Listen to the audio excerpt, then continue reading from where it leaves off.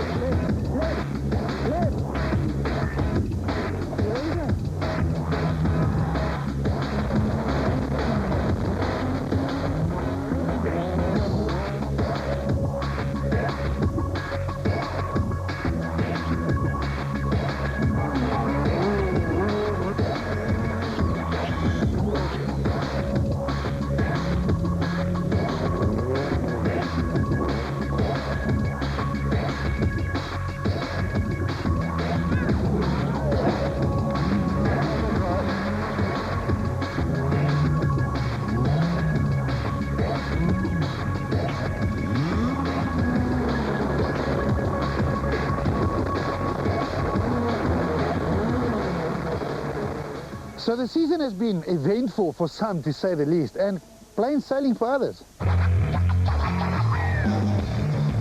Between Jan Habig, Hergen Fekken and Enzo Keen, the BP Ultimate squad managed to win 4 out of 4 events so far. Habig won his home event in KZN. Fekken flew to a win in the Western Cape. Keen dominated the wet forest roads around Sabie and Nelspruit, and Fekken got his second on the long and tough Total Rally around Ermelo. To say the Total was tough would be an understatement. Not only was it rough and dusty, but it also had the longest stage in South African rally. 60 kilometers of flat-out forest racing in one single stage. Early on, the Castrol Toyota squad was determined to take the fight to Volkswagen, and they did. Both Mark Cornier and Johnny Gemmell were flying, trading faster stage times with Fekken. Going into the last stage of the Friday, there was very little in it, causing everyone to wonder what it was going to take to open up a gap. The answer was dust. Fekken got rewarded for running first on the road all day and opened up a healthy lead. Then came the infamous long stage at Jessivale, a blistering performance by Fekken over the 60 kilometers, and a gearbox failure on Cornier's Runix finally settled this battle, leaving Johnny Gemmell to claim a fantastic second. Total's Jean-Pierre Damso also finally managed to end his run of bad luck and finished third for his first ever podium in the top S2000 class. So after a second, a win, another second and yet another victory, Hergen Fekken now has daylight between himself and the chasing pack. This pack is led by 6 times and defending champion Jan Habig, but he's a full 23 points adrift. Jaapie van Niekerk's consistent season continues in third, ahead of the charging JP Damso. Enzo Keen's non-finish in Ermelo sees him slip to 5th, ahead of Nicholas Ryan. Charles Wilkin is now the leading production car and Class N4 driver, and Christoph Witt still manages to hold on to 10th in a Class A7 car. Toyota are still well on track to add another manufacturer's title to their long list of 16, courtesy of an army of Toyotas spread across most classes. Welcome to round 5 of the Sasol South African Rally Championship. So after rounds in KZN, Cape Town and in Mpumalanga, we now move to the Eastern Cape. This is not only Volkswagen's backyard, this is the Volkswagen Rally. And in their current form, this could spell trouble for the opposition. But in recent years, the manufacturers have not had their own way on their own events. Volkswagen took the victory at the Toyota Dealer Cape Rally earlier this year, but Toyota has a great record in Volkswagen's backyard. With Serge Damso behind the wheel, Toyota managed to win 6 of the last 8 Volkswagen rallies. Either way, this is going to be a battle of epic proportions over the event's 13 stages in and around Port Elizabeth, Uitenhage, Jeffreys Bay, and of course the infamous and daunting Longmoor Forest. The Volkswagen Rally also takes in a number of task stages, adding another dimension to an already challenging task. So what will it take to reach the finish at Kings Beach on the Saturday afternoon? A lot of patience. It's a bit rough, so I think you probably need to be a bit clever on this one. It gets very, very tricky. I think if you absolutely push, you're going to be in trouble. From the DVD, it's quite a long and tough event, a lot of long stages. It's always got a sting somewhere. You know, there's lots of crocodiles on the side of the road. The roads are extremely rough. So we have a nice mixture of real forest and gravel racing and some finesse on the task stages. And as the first round of the second half of the championship, this event could play a huge role in the outcome of the championship. As the clear championship leader, Hergen Fekken is in charge of his own destiny. So, can he become only the 4th driver in 17 years to claim a South African driver's title?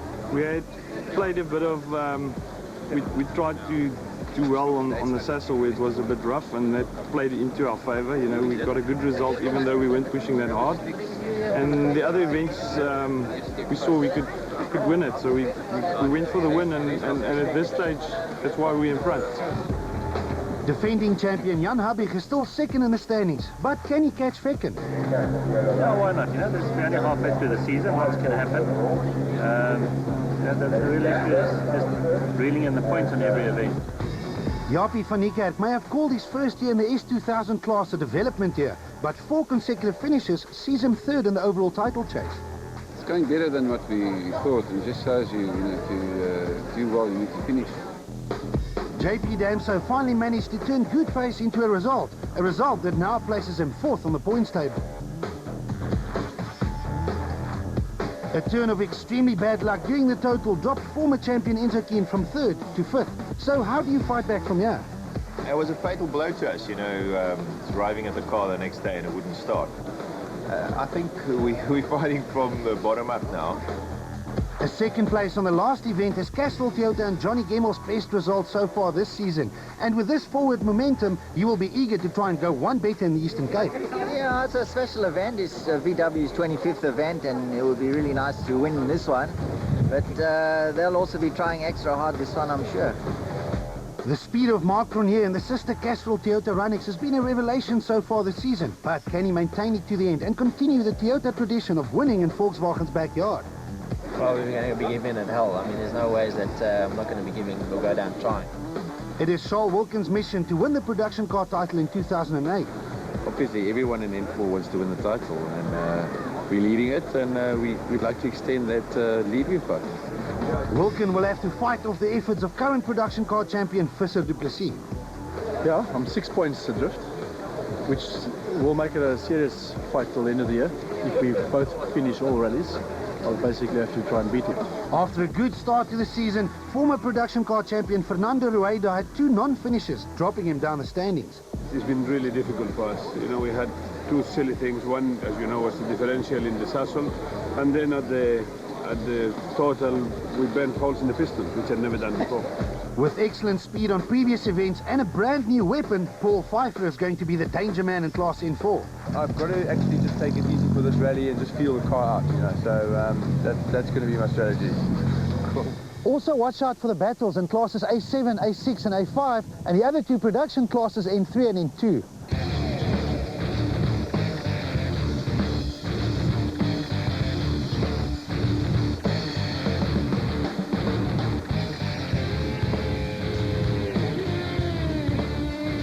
This is the start of the 25th Volkswagen Rally in front of the Volkswagen Auto Pavilion in Uitenhage. Championship positions determine the starting order, forcing Vecken to once again be the first car on the road. This is championship leader Hargen Vecken starting the VW Rally. On his way to tackle 4 car changes on the trot without any service in between. He was followed by teammate Habig and the Toyotas of Van Niekerk and JP Damso. Cronje and Gemmel will launch their attacks from 8th and 10th on the road respectively.